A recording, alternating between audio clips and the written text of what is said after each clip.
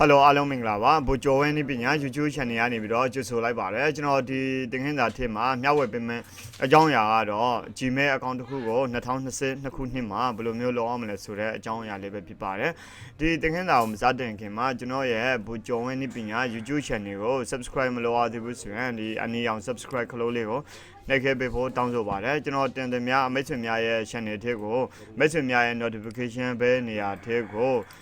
message ရောက်စေရှင်လဲဆိုရင်တော့ဒီ bell icon လေးကို all ကိုဖွင့်ခဲ့ပေးဖို့တောင်းဆိုပါတယ်ခင်ဗျာကဲဒါဆိုရင်တော့အခုကျွန်တော်ကဒီ Gmail account တစ်ခုလုံးမှာဖြစ်တဲ့အတွက်ပေါ့နော်ဒီမှာtab new tab တစ်ခုခေါ်ပါမယ် keyboard ပေါ်ဆိုရင် control T နဲ့ခေါ်လို့ရပါတယ်အခုအချိန်မှာပေါ့နော်သူကဒီဟိုပေါ့နော် web page တစ်ခုရဲ့စာမျက်နှာကိုရောက်တော့မှာဖြစ်ပါတယ်အဲ့ဒီ web page မှာနေပြီးတော့ဒီ browser လို့လည်းခေါ်တာပေါ့နော်ဒီ browser မှာသို့မဟုတ် web page ပေါ့နော် web စာမျက်နှာမှာကျွန်တော်တို့က Google ထဲကိုဝင်ပေးရမှာဖြစ်ပါတယ် Google စာမျက်နှာကိုရောက်တော့ပြီဆိုတာ ਨੇ ဒီနေရာမှာ create Gmail account ဆိုပြီးတော့ရိုက်ရှာပေးရမှာဖြစ်ပါတယ် create Gmail account ပေါ့နော် create create create Gmail account ပေါ့နော်ဒီ create Gmail account ကိုရွေးပေးလိုက်ပါ create Gmail account ကိုရွေးပေးလိုက်ပြီဆိုတာ ਨੇ ဒီအပေါ်ဒီဘက်မှာဆိုရင် support Google ဆိုတဲ့ဟာလေးကိုကျွန်တော်တို့ကဝင်ပေးရမှာဖြစ်ပါတယ်ဒီမှာပေါ့နော်သူကအယောင် color လေးတစ်ခုပြောင်းနေပါလိမ့်မယ်create a Gmail account Google Help ဆိုတဲ့ဟာရယ် create a Google account ပေါ့နော်support google.com accounts answer ဒီမှာလေးဝင်လို့ရတယ်ဒီမှာလေးဝင်လို့ရတယ်နော်အဓိကတော့ကျွန်တော်ဒီကောင်လေးကိုဝင်လိုက်ရင်လေးရပါတယ် create a Gmail account ဆိုတဲ့ link ကိုနှိပ်လိုက်ပေါ့နော် create a Gmail account link ကိုနှိပ်လိုက်တာနဲ့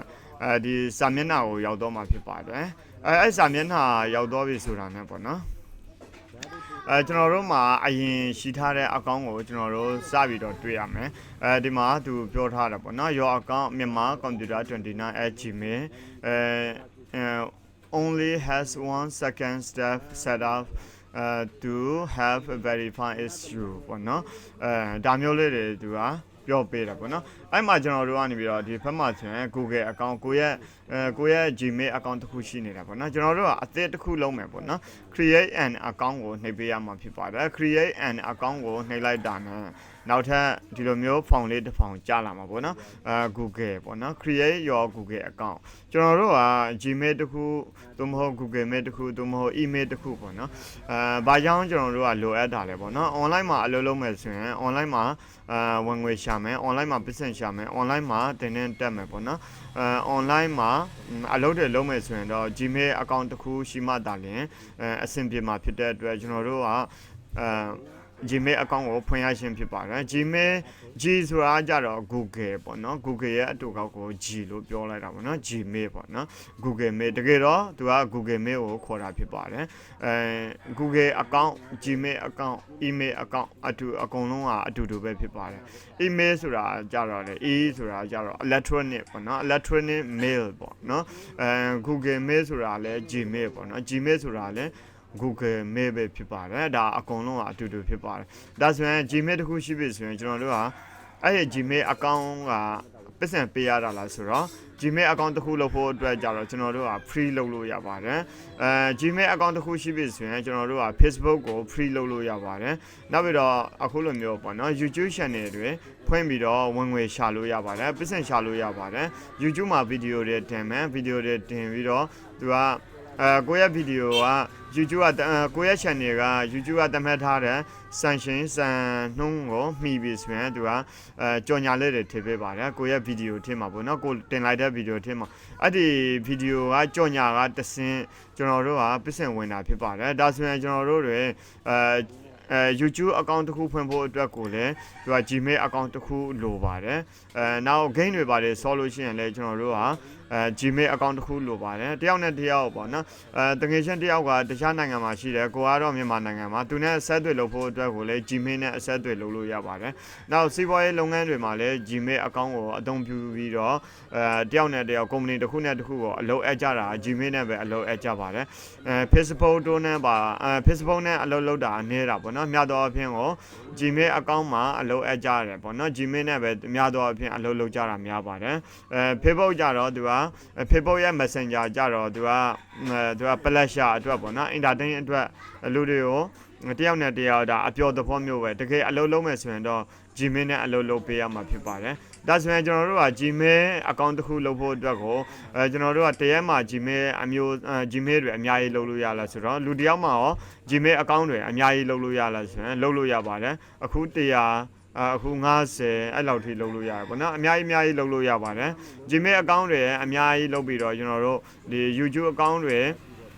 ဖွင့်ပြီးတော့ပေါ့နော် business channel တဲ့ online YouTuber တွေလည်းအများကြီးရှိပါတယ်နော်ကြည့်ဒါဆိုရင်တရက်တစ်မှာတော့ account တွေအများကြီးလုပ်လို့မရဘူးတရက်တစ်မှာ2ခု3ခုလောက်ပဲပေးလို့တယ်ပေါ့နော်ကိုလူတယောက်ကတော့ account တွေအများကြီးတိစောက်လို့ရတာမှန်တယ်ဒါပေမဲ့ဥပမာဒီနေ့မှာaccount Gmail account တစ်ခုလုပ်မယ်နောက်နေ့မှာ Gmail account တစ်ခုလုပ်မယ်နောက်နေ့မှာ Gmail account တစ်ခုလုပ်မယ်အဲ့လိုမျိုးတွေလုပ်ရှင်နေဆိုရင်တော့ရပါတယ်တရက်တင်းမှာ Gmail account တွေအများကြီးလုပ်လို့ရှိရင်တော့အဘန့်ခံရမှာဖြစ်ပါတယ်ကဲဒါဆိုရင်တော့ကျွန်တော်အခုစပြီးတော့ Gmail ကိုလည်းအနေချင်းနဲ့မိတ်ဆက်ပေးပြီးတော့ရေးဆိုတော့Gmail account စပြီးတော့ဖွင့်ဖို့အတွက်ပေါ့နော်ဒီစာမျက်နှာလေးကိုရောက်တော့ပြီဆိုရင် first name မှာပေါ့နော် first name မှာကျွန်တော်ကကြိုက်တဲ့နာမည်တစ်ခုပေးလိုက်မှာပေါ့နော်ဥပမာဆိုရပါစို့ဘိုးဆိုပါစို့နော်ပြီးရင်ကျွန်တော်ကဒီနောက်ဖက်မှာကြတော့ pro gamer လို့ပဲရေးပေးလိုက်မှာကြည့်ရ MITDC gamer ပေါ့နော်pro gamer ပေါ့နော်ဒါမျိုးလေးရေးလိုက်ပြီဆိုတာနဲ့သူကpro gamerဆိုပြီးတော့ဒီမှာတစ်ခုခုပေါ့နော်သူကရှာပေးတယ်ပေါ့နော်Gmail username တခုသူရှာပေးတယ်အဲ့ဒါကိုကမကြိုက်ဘူးကိုစိတ်ကြိုက်ပေါ့နော်ပြန်ရေးချင်တယ်ပေါ့နော်ဥပမာဆိုရပါစို့ကျွန်တော်ကနမူနာလုပ်ပြတာဖြစ်ပါတယ်ဘိုးpro gamer ပေါ့နော် pro gamer ပြီးဘိုး pro gamer ဆိုပြီးတော့ဒီဒါလေးကိုကျွန်တော်ယူလိုက်တယ်ဘိုး pro gamer ဘိုး pro gamer ဒေါ်ဘိုး pro gamer ဒေါ် YGN ပေါ့နော်ဘိုး pro gamer ဒေါ် YGN ဒါဆိုရင်သူကလက်ခံတယ်ဆိုရင် you can use letter လာဘိုး pro gamer ဒေါ် YGN 2020ပေါ့နော်2022ပေါ့နော်2022အဓိကဒီဟာလေးကိုမှတ်ထားပါဘိုး pro gamer .ygn 2022@gmail.com ကသူထည့်ပေးထားတယ်ပြီးမှကျွန်တော်တို့က password ပေါ့နော် password ကကြတော့ကျွန်တော်တို့များသောအားဖြင့် password တွေဖြည့်တဲ့အခါမှာဆိုရပါတော့ capital letter ပါမယ် small letter ပါမယ်ပေါ့နော် capital letter ပါမယ် small letter ပါမယ်ဒီပုံစံအတိုင်းပေါ့နော်ဘိုးဆိုရပါတော့ဒါကကျွန်တော်နမူနာအနေနဲ့ပေါ့နော်1 2 3ပေါ့နော်ပြီးရင်ဒီ sign လေးတွေပါမယ်ပေါ့နော်ပြီးမှကိုကြိုက်တဲ့ဟာလေးထည့်လို့ရတယ်ပေါ့နော်ဒါမျိုးလေးတွေပြီးရင်ဒီဘက်က password ကိုဒီဘက်မှာပြန်ပြီးတော့အတူရိုက်ထည့်ပါနော်ကျွန်တော်ကဒါလေးကိုဒီဘက်ကဟာလေးကိုရိုက်ထည့်လိုက်မယ်ကဲဒါတွေအကုန်လုံးမှတ်ကန်တော့ပြီပေါ့နော်ကျွန်တော်တို့တွေဒီ Google Form မှာဖြည့်တဲ့ဟာတွေကိုလိုချင်တဲ့ဟာတွေဖြည့်ပြီးတော့ရေးဆိုရင်တော့ဒီဟာလေးကိုလည်းတခြားလေးမှတ်ထားဖို့လိုပါတယ်ပြီးရင်တော့ next ကိုနှိပ်ပေးလိုက်ပါနော် next ကိုနှိပ်ပေးလိုက်လို့ရှိရင်သူကဒီမှာဖုန်းနံပါတ်တောင်းတယ်ပေါ့နော်ဖုန်းနံပါတ်တောင်းတယ်ဆိုတဲ့အခါကျတော့ကျွန်တော်တို့ကကိုရဲ့ဖုန်းနံပါတ်ကိုရိုက်ထည့်ပေးရမယ်သူကမြန်မာနိုင်ငံ IP address နဲ့လုပ်တဲ့အတွက်ဒီမှာ automatic မြန်မာလို့ဝင်နေတယ်ပေါ့နော်အဲ့နေရာမှာကျွန်တော်တို့ကကိုရဲ့ဖုန်းနံပါတ်ကိုသူညာကိုလေးနေရှိကိုတုံးနေခွန်3ကိုထည့်လိုက်မယ်နော်ပြီးမှပဲဒါကတော့recovery email address က option တွေပါကိုကြိုက်ရင်လည်းထည့်မကြိုက်ရင်လည်းမထည့်နဲ့ပေါ့နော်ဒါမျိုးလေးတွေကျွန်တော်တို့ကထည့်ပေးလို့ရတယ်ပေါ့နော်ပြီးမှပဲကိုကဟိုပါပေါ့မွေးသက်ခေးတွေကိုရဲ့ ကိုတခုခုပေါ့နော်တခုခုကြိုက်တာထည့်လိုက်ပေါ့နော်1988ပေါ့နော် gender ကတော့ကိုကြိုက်တာထည့်လို့ရတယ် female male ယောက်ျားလေးဆိုရင်တော့ male ပေါ့နော်နောက် custom ထည့်လို့ရတယ်ဒါဆိုရင်ကျွန်တော်တို့ကဒါတွေအကုန်လုံးဖြည့်ပြီးဆိုရင် next ကို80တော့ဖို့လိုပါတယ်ဒါသူပြောတာပေါ့နော်ဥပမာဒီဖုန်းနံပါတ်မှတ်ကန်မှုရှိလား verify your phone number လို့ပါလဲသူညာကိုလေး28ကို30ခွန်3မှန်တယ်ဆိုရင်တော့ကျွန်တော်တို့ကို verification code ပို့ခိုင်းမှာပေါ့နော် send လုပ်လိုက်ပါသူ့ကိုအရင်ကျွန်တော်တို့ဖုန်းနံပါတ်မှန်တယ်ဆိုတဲ့အကြောင်းကိုပို့ပေးမယ်ပို့ပေးပြီးရင်သူစီကဒီဖုန်းနံပါတ်ထဲကို message ဝင်လာတဲ့ဟိုဟာပေါ့နော် code 6လုံးပေါ့နော် code 6လုံးကိုကျွန်တော်တို့ကနေပြီးတော့မလုပ်ပေးရမလဲဆိုတော့ရိုက်ထည့်ပေးရမှာဖြစ်ပါတယ်သူစီကပို့လာတဲ့ code ပေါ့နော်3ခွန်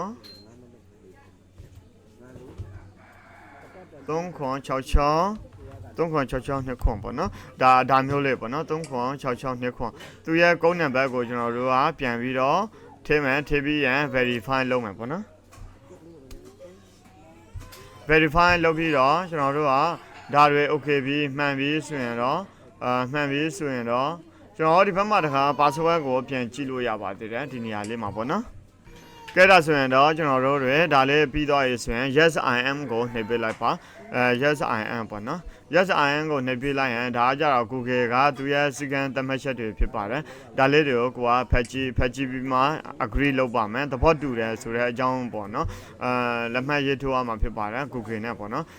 ဒါဆိုရင်တော့ကျွန်တော်တို့အတွက်ဒီ account တစ်ခုရတော့ရဖြစ်ပါတယ် Gmail account တစ်ခုရတော့ရပေါ့နော်